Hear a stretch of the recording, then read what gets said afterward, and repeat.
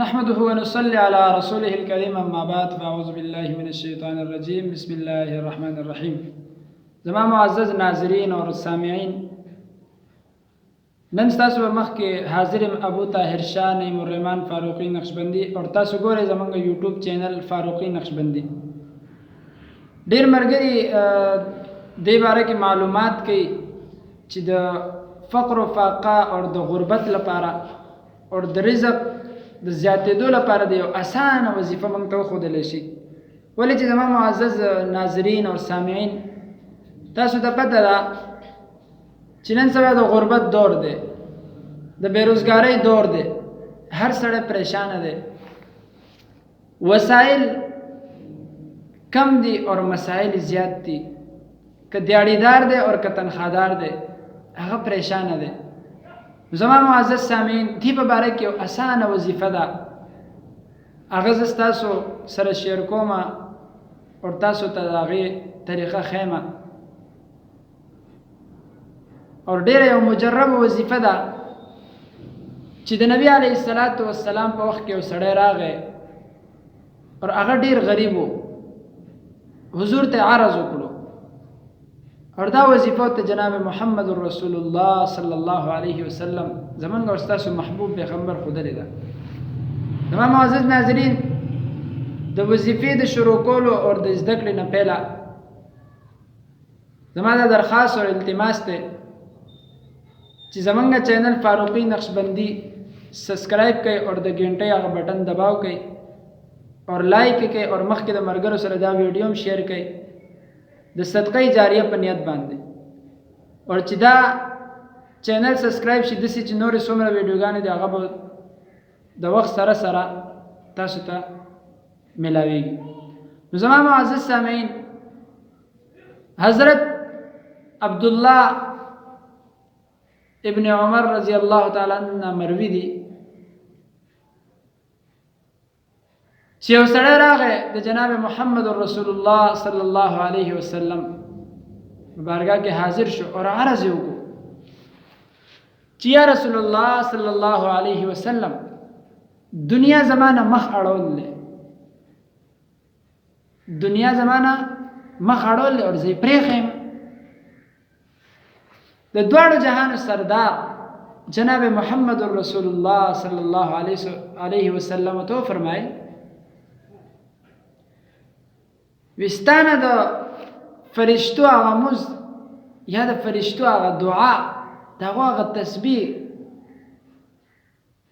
هغه ستانه یره ده د څه په وجه چې رزق میلاویږي.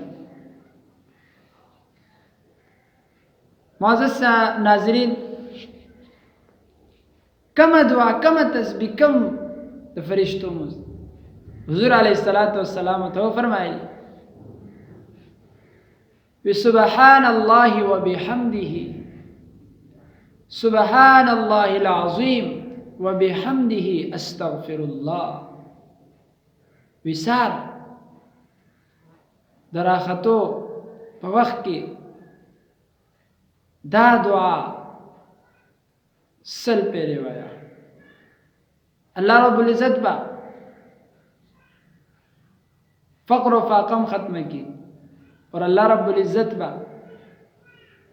د رزق تنګیم ختم کی. نو موږ ټول له پکار ده چې موږ د دې اهتمام وکړو. زوایم دعا ده د ډېر مرګري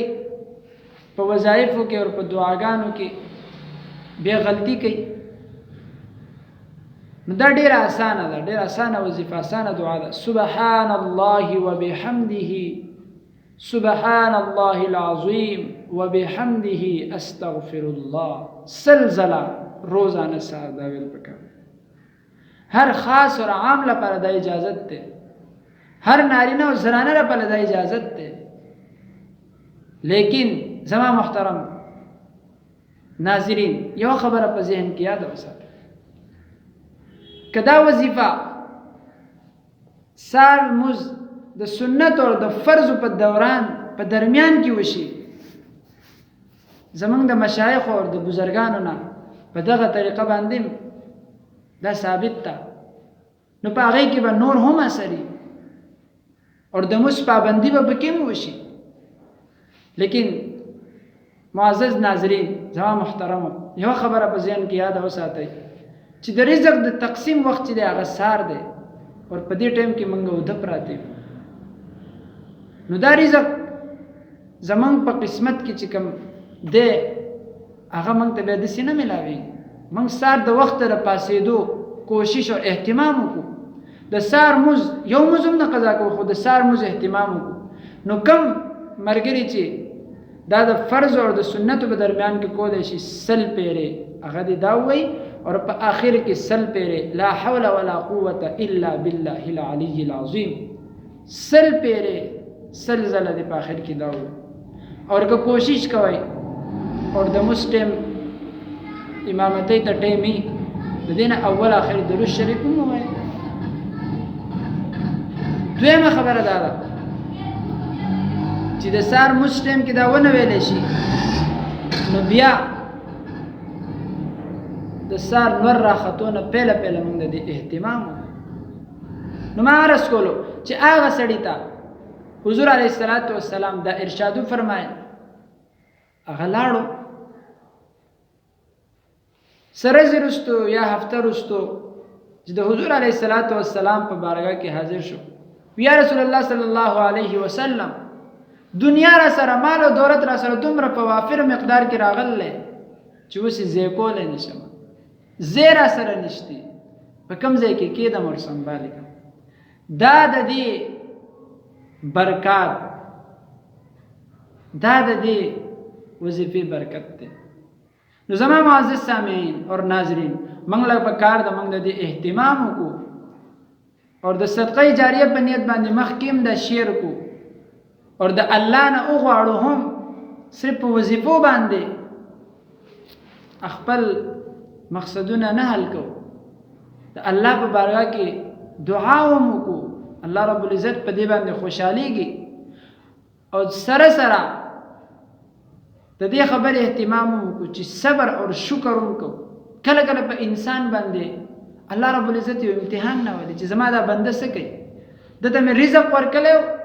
مال او دولت مې ورکړلو هغه یو امتحان ازمایښت چې د څه کولو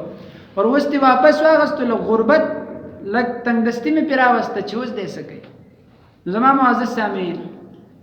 چې په انسان باندې فقر او فاقه ناراضي په انسان باندې غربت ناراضي نو هغه به خپل رب طرف ته رجوع څنګه کوي رب څنګه یادې دغه یو ذریعہ ده چې انسان په خپل نشو تماشو کې مال او دولت شهرت ارسو سره پوری هغه نبی الله زما عزیزانو دا هغه نبی الله یری الله طرف ته رجوع ور دهان دا غنی نو الله دې منګه او تاسو لا په دې باندې د عمل کولو توفیق راکړي او ما په خپل دعاګانو کې یاد ساتئ واخر دعوانا الحمدلله رب العالمین